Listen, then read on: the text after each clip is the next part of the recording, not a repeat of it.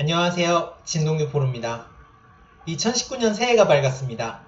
새해 복 모두 많이 받으세요. 2018년에 여러분들의 성원으로 제가 구독자가 1000명이 넘어갔습니다. 현재 1100명 조금 넘은 상황인데, 그래서 12월 25일 날 1000명이 넘어서 구글의 유튜브에다가 애드센스 신청을 해놨습니다. 이제 곧 저작권의 문제가 없으면 몇 달 내로 광고도 붙을 예정입니다. 모두가 이제 제 동규의 바둑 채널을 사랑해주시는 바둑팬분들 때문입니다. 제가 이제 그 조회수를 늘상 살피고 있는데, 이게 재미있게 흥미 위주로 찍은 영상이 있고, 그 다음에 공부를 하는 좀 어려운 영상들이 있어요. 근데 대부분 조회수가 흥미 위주의 영상이 많이 몰리더라고요. 그래서 사실 고민이 많습니다. 제가 이제 자신 있어 하는 종목은 바둑 강좌고 조금 딱딱한 그런 내용인데 조금 재미가 없나 봐요.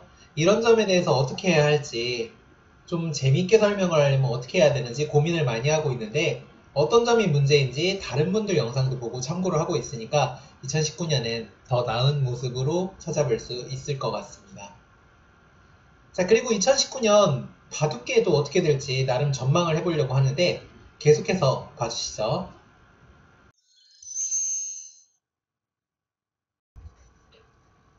자, 이번에는 2019년 바둑계 전망을 살펴볼 텐데요. 이 바둑계 전망에 대해서 물론 어두운 측면이 많이 있는 것도 사실이고, 또한 이제 뭐 좋은 측면을 많이 이야기를 하시는 분들도 계세요. 근데 이게 과연 어느 말이 맞는 말인가? 그것은 바라보는 이제 관점에서 차이가 나는 겁니다. 어떤 분은 아마추어 바둑계나 어린이 바둑계를 주로 보시는 분이 있고, 어떤 분은 이제 프로 바둑계의 시합이 적어졌다 이런 이야기를 하시는 분이 계시는데, 둘 다 맞는 이야기예요. 자, 그래서 2019년 전망을 하기 위해서는 2018년 이야기를 해야 되는데, 자, 지금부터 보시는 거는 지금 대한바둑협회의 연간 일정입니다. 이게 이제 대한바둑협회는 아마추어 바둑 대회를 주로 관장하는 곳이기 때문에 여기 나오는 대회는 대부분 아마추어 대회, 그 중에서도 초등학생들이 나올 수 있는 대회가 대부분이에요. 어떤 상황인지 한번 살펴보시죠. 자, 1월 우선 아이들이 나갈 수 있는 대회가 마인드 스포츠 대회, 그리고 한바연 학생 바둑 대회. 물론 이건 이제 중학생, 고등학생도 나갈 수 있긴 있습니다. 그러면은 이 매월하는 한바연을 빼고 대회가 몇 개나 있는지 한번 세어보도록 하죠. 초등학생들만 나갈 수 있는 대회요. 이것도 초등학생만 나갈 수 있는 대회는 아니군요. 자, 우선 초등학생만 나갈 수 있는 대회가 그리 많지는 않군요. 그러면은 중고등학생까지 합해서 이게 이제 바둑을 배우는 아마추어 학생들이 나갈 수 있는 대회가 몇 개인지 한번 살펴보도록 하겠습니다. 자, 여기 마인드 스포츠 하나, 한바연 둘, 1월에 2개죠. 2월에 하나, 셋, 도지사배 넷, 대구시장배 5, 6, 7, 8, 그 다음에 9, 10. 자, 이거는 지금 전국소년 11, 내셔널리그 이거는 좀 빼겠습니다. 좀 다른 대회예요. 12, 13, 14, 그리고 내셔널리그 역시 빼고요. 15, 16, 17, 18, 그 다음에 19, 20, 21, 22, 23, 24, 내셔널리그 빼고요. 인증심사 빼고 25, 뭐 엄청나죠? 지금 27, 지금 6월까지만 샜는데 27개예요. 이게 무슨 소리냐면은 6월까지 27개니까 대충 50개쯤 될 텐데, 이거를 다 나가기도 힘듭니다. 이게 요즘 얼마나 대회가 많냐면, 저한테 개인 지도를 하는, 일요일날 개인 지도를 하는 학생들이 있었어요. 연구생 되기 직전에 한바연에 나가고 있는 아이들인데, 이 아이들이 일요일날 저하고 개인 지도를 하기로 날짜를 잡아놨는데 못 오는 겁니다. 잘 너무 바빠요. 뭐 이날은 이 대회 있고 저날은 저 대회 있고 이러는 겁니다. 그 정도로 이게 지금 어린이 대회나 혹은 아마추어 대회는 굉장한 호황입니다. 적은 예산으로 일단 많은 사람들에게 이제 그 기회를 부여할 수 있기 때문에 재미도 있고, 그리고 이제 지자체나 다른 스폰서 측에서도 부담이 없나 봐요. 그래서 아마추어 대회나 어린이 대회는 굉장히 호황입니다. 반면에 프로 대회를 한번 살펴보도록 하죠. 이곳은 한국기원입니다. 자, 보시면 대회가 굉장히 많아 보이죠? 대회가 굉장히 많아 보이는데 실제로 지금 프로들이 초청전이 점점점 많아지고 있고 대부분의 기사들이 전체가 참가할 수 있는 기전이 굉장히 적어요. 자, 그래서 프로기사 진동규가 나갈 수 있는 대회가 몇 개가 있는지 한번 살펴보겠습니다. 국수산맥배 초청전이기 때문에 진동규가 나갈 수 있는 가능성 제로에 가깝습니다. 공륜산 병성배 이거 여자 대회죠. 안 되고요. 글로비즈배 신예 대회입니다. 안 되죠. 자, 농심신라면배 하나 나갈 수 있네요. 루양배 이것도 초청전이니까 진동규를 불러줄 리가 없어요. 리민배 안 되고요. 명월산배 클래식 이것도 역시 제가 나갈 수 없는 대회가 되겠습니다. 몽백카페 이게 이제 몽백카페 같은 경우 예선이 있었는데 통합 예선이 그나마 사라져서 더 못 나갑니다. 바이링배 역시 마찬가지고요. 그 다음에 봉황고성배 이건 뭐 말도 안 되죠. 세계 1인자만 나가는 대회입니다. 삼성화재배 하나 있네요. 2개. 요거 세계바둑 명인전 안 됩니다. 이거 여자 기전이죠. 시나오배 이게 아마 좀 긴가민가한데요. 요게 이제 아마 예선이 있나 없나 그럴 겁니다. 그럼 0.5로 치죠. 2.5 여자 대회입니다.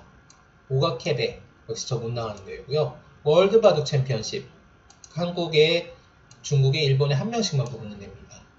은시배 저 못 나가요. 천태산배 역시 못 나갑니다. 출란배, 하세배, 한중 바둑리그 이거는 제가 바둑리그를 나가서 우승을 해야 되기 때문에 역시 못 나가는 걸로 보고요. 시니어 바둑대회 나이가 너무 어립니다. 화양론도배, 황룡사배, 엘리트, LG배 하나 나갈 수 있네요. 3.5 TV아시아 제가 이걸 나가려면은 KBS 바둑왕전 우승 준우승 해야 되기 때문에 힘듭니다. 여기까지 3.5개를 나갈 수 있어요. 자, 이번엔 국내 기전 보겠습니다. 프로암 바둑리그 이거 없어졌습니다. 못 나가요. 여왕전 여자리그죠. 시니어 대회 대축제 기념되고 이건 시합도 아니고요. 맥신배 구단이 아닙니다. 메지온배 이거 신예 대회예요. 신예 대회 바둑리그 챔피언스컵 이것도 바둑리그를 나가야 되니까 뺍니다. 시니어 리그 못 나가요.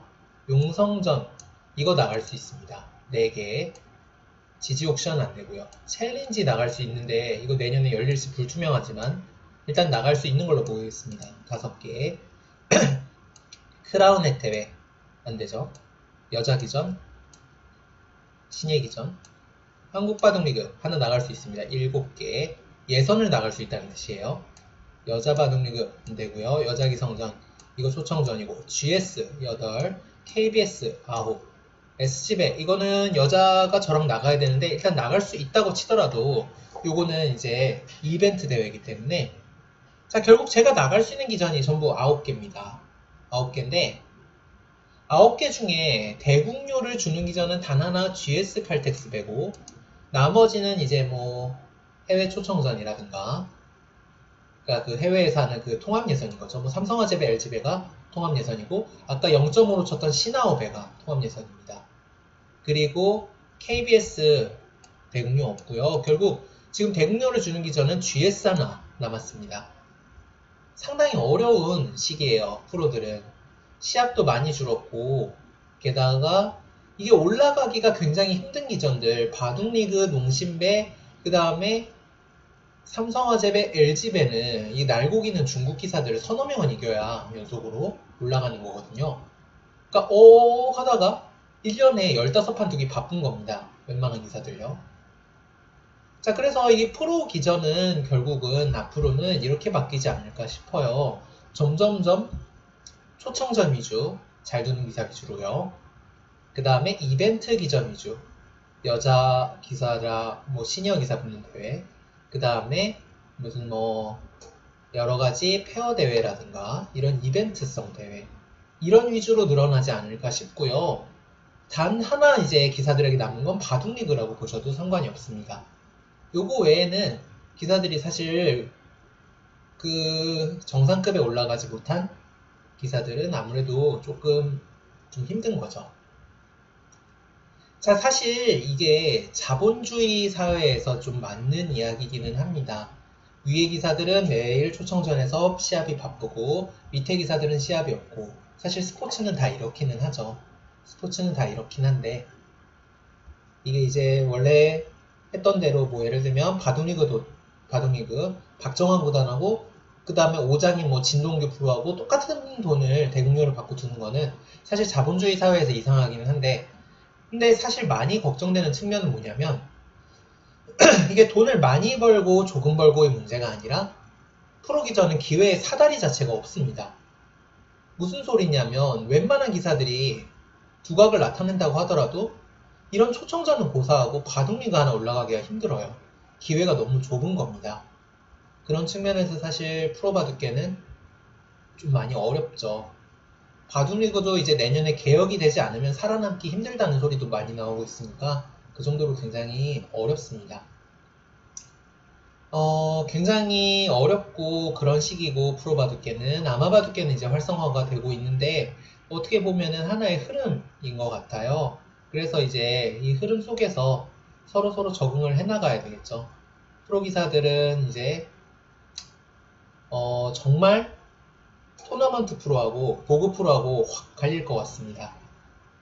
이게 실력이 안 되는 성적을 잘 못 내는 기사들은 어쩔 수 없다는 표현은 좀 그렇지만 아무튼 보급을 많이 해야 되지 않을까 생각이 되고요. 반대로 토너먼트 기사들은 이제 어떻게 해서든 열심히 둘 수 있는 기회를 만들어줘야 되는데 단 하나 아쉬운 것은 이때 이제 이 위로 올라갈 수 있는 사다리가 좀 더 많이 생겼으면 하는 바람입니다.